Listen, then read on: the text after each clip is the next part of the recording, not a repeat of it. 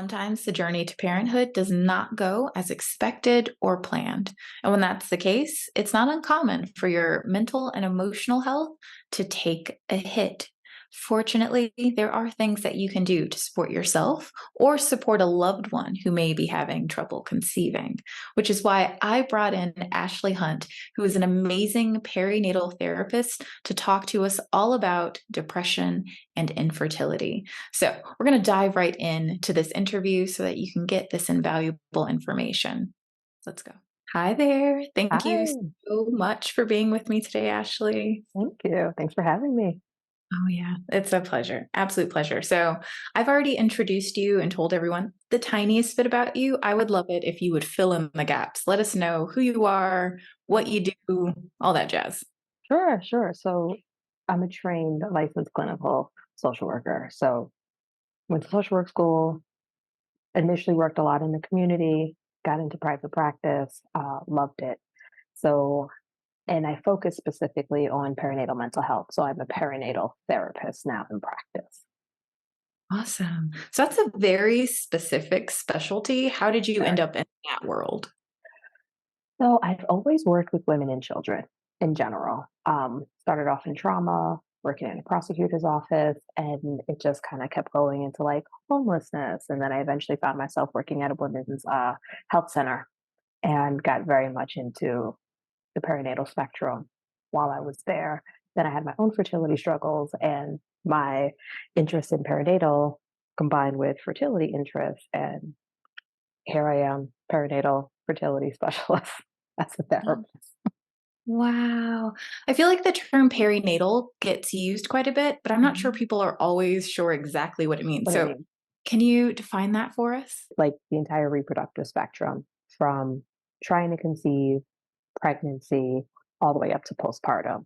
So a lot of times people think it just means postpartum or think it only means when you're pregnant. It's literally the entire thing. So even when you're trying to conceive, it falls underneath perinatal. Oh, awesome. Awesome. Awesome. Thank you so much for defining that for us. And so I feel like you kind of touched on this. Some people, pardon me, think about perinatal. They tend to think of prenatal, they think of postpartum, but that preconception is actually a part of it. And I feel like people talk about mental health in pregnancy and postpartum, but not nearly as much in preconception. And so I've come across some research and just people saying that rates of depression can be quite high in those who are experiencing fertility challenges. And I'm wondering if that's something that you've seen in your practice. Oh, 100%. So whenever we have a client that's in the trying to conceive, even contemplating parenthood stage, when we have a new consultation, we always have clients fill out either PHQ-9, which assesses for depression. We also do a GAD, which assesses for anxiety. Um, and the scores for depression tend to be relatively high, right? Even when I was working in the women's health clinic, individuals that were usually fell underneath recurrent losses, but obviously desired, attempted pregnancies, and continuously failing. Like a lot of the depressive symptoms were very much up there with questioning my deservedness to be a parent, questioning why me, what did I do to deserve this? Like very um, internalized thoughts that really fueled the depression. Mhm.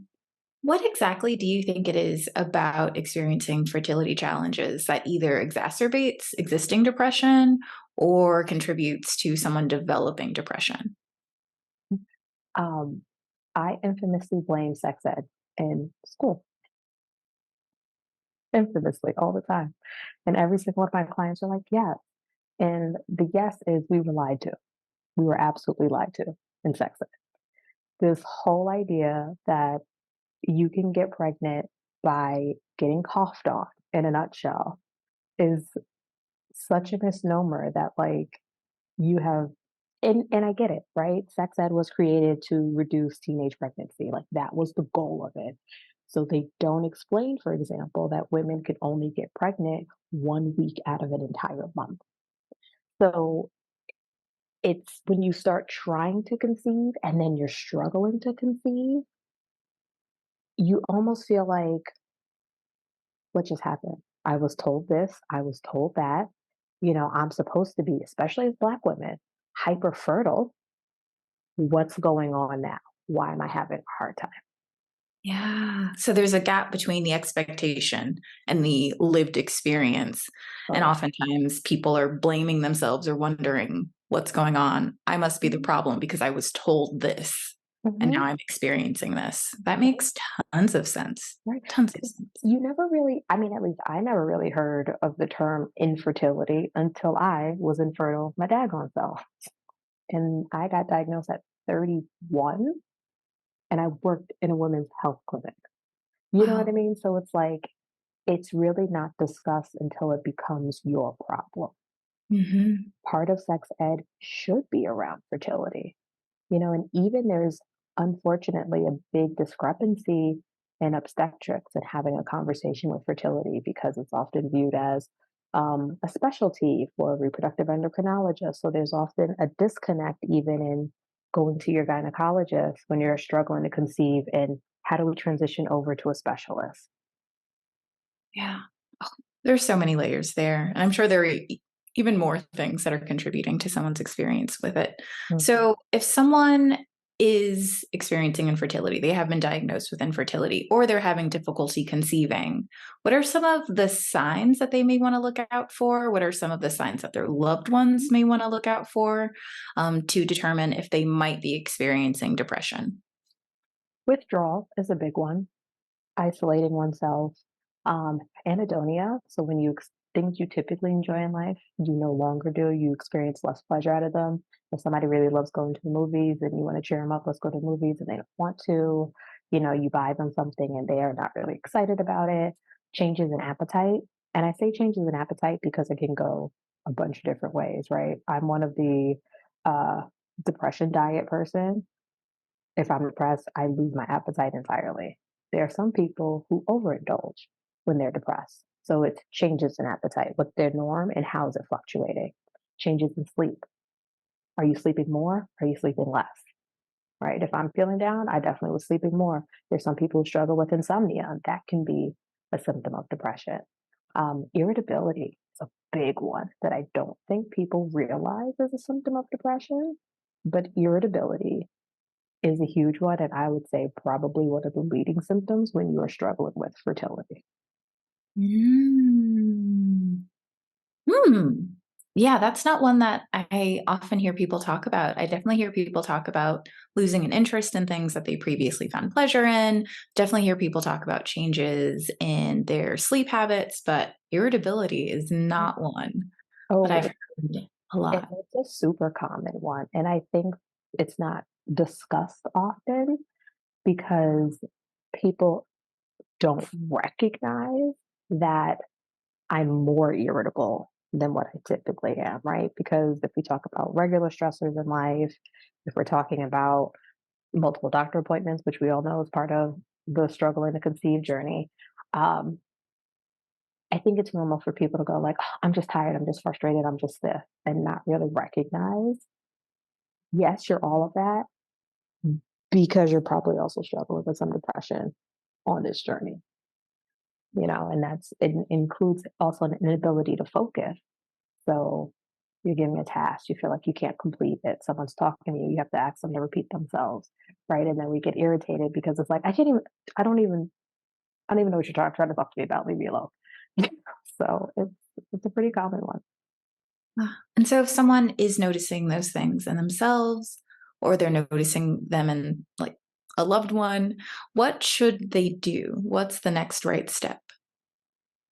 So eh, gently, right? Because you never want to be like, I was watching YouTube and I think you're depressed. Like, can we all stop being social media therapists?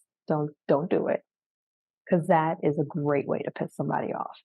So you want to also approach with empathy and concern, right? Hey, I'm noticing whether it's isolation, you're not engaging, you're not really responding to text messages, you're staying at home more often, you're not really eating. You seem to be up in the middle of the night, or you seem to be sleeping all day. Like, point out the signs that are making you concerned and being able to say, I'm concerned about you.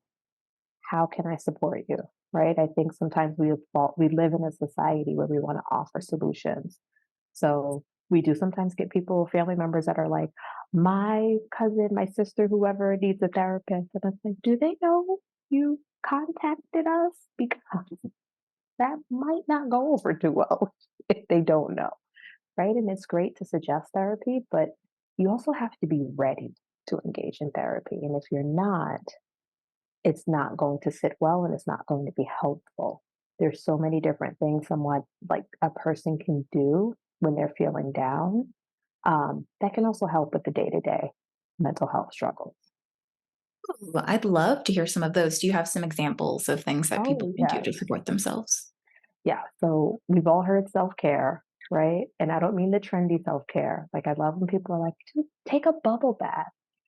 That is my number one hated suggestion as somebody who despises baths, right? Because it's like, you want me to draw up a tub, wait for it to fill up, sitting in it. Then I'm eventually sitting in my own dirt. I have to stand up to bathe myself because I don't want to like sit in the dirt that I'm bathing myself in. So I'm pretty much showering in a pool of water in the tub, drain it out. Now the tub is dirty. Now I have to clean the tub. Now I smell like cleaning products and I have to take a shower, which I probably wanted to do in the first place. So you have to identify self-care for what works for you, right? Don't tell people to take a bath if they're like me and they hate baths because that's all they heard. Doing something that makes you happy. I love matcha. I have a cup of matcha every morning.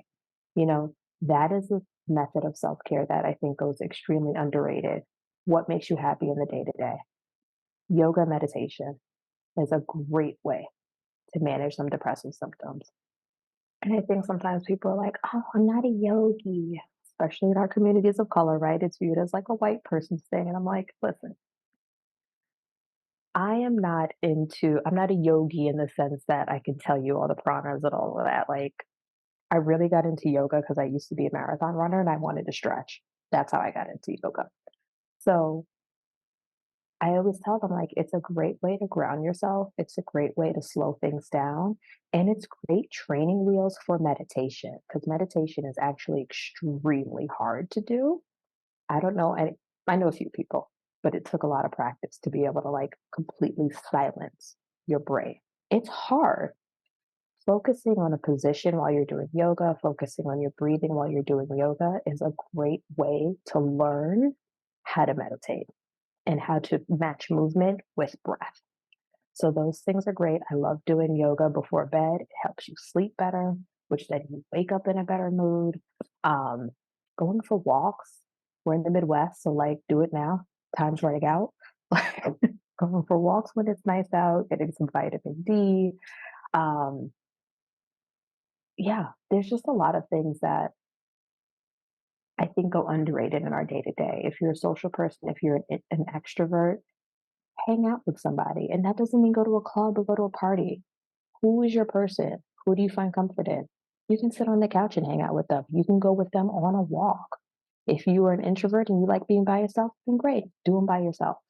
But what's going to get that movement? What's going to improve some of your endorphin levels? I don't mean shoot them through the roof so that you're overly happy, but like keep them at a stable level. Lovely. So many good suggestions in there. And I'm with you. Like, I'm not a bath person. If I were to take a bath, I would like shower first and then take a bath and then probably rinse And a myself shower off again again. in the Right. shower. It's like I could have just But taken a that's shower, been me. done. Yeah. Y'all, if you love baths, we love that for you. Right. But that's not for us. Right. And Right. finally, I found someone else who lands in the same place. So thank you for that. I actually want to go back a little bit Mhm. and ask you a question Sure. because this comes up sometimes where people are trying to conceive and they already have a depression diagnosis and they're concerned if they're taking medication for it that perhaps they can't continue on their medication while trying Yeah. to conceive. Yeah. So when someone comes to you like that, How do you guide them? What sort of information do you provide for them? If somebody is on medication, um, I never recommend that they just stop it. It's always a conversation, number one, with your doctor. And when I say your doctor, a doctor that is familiar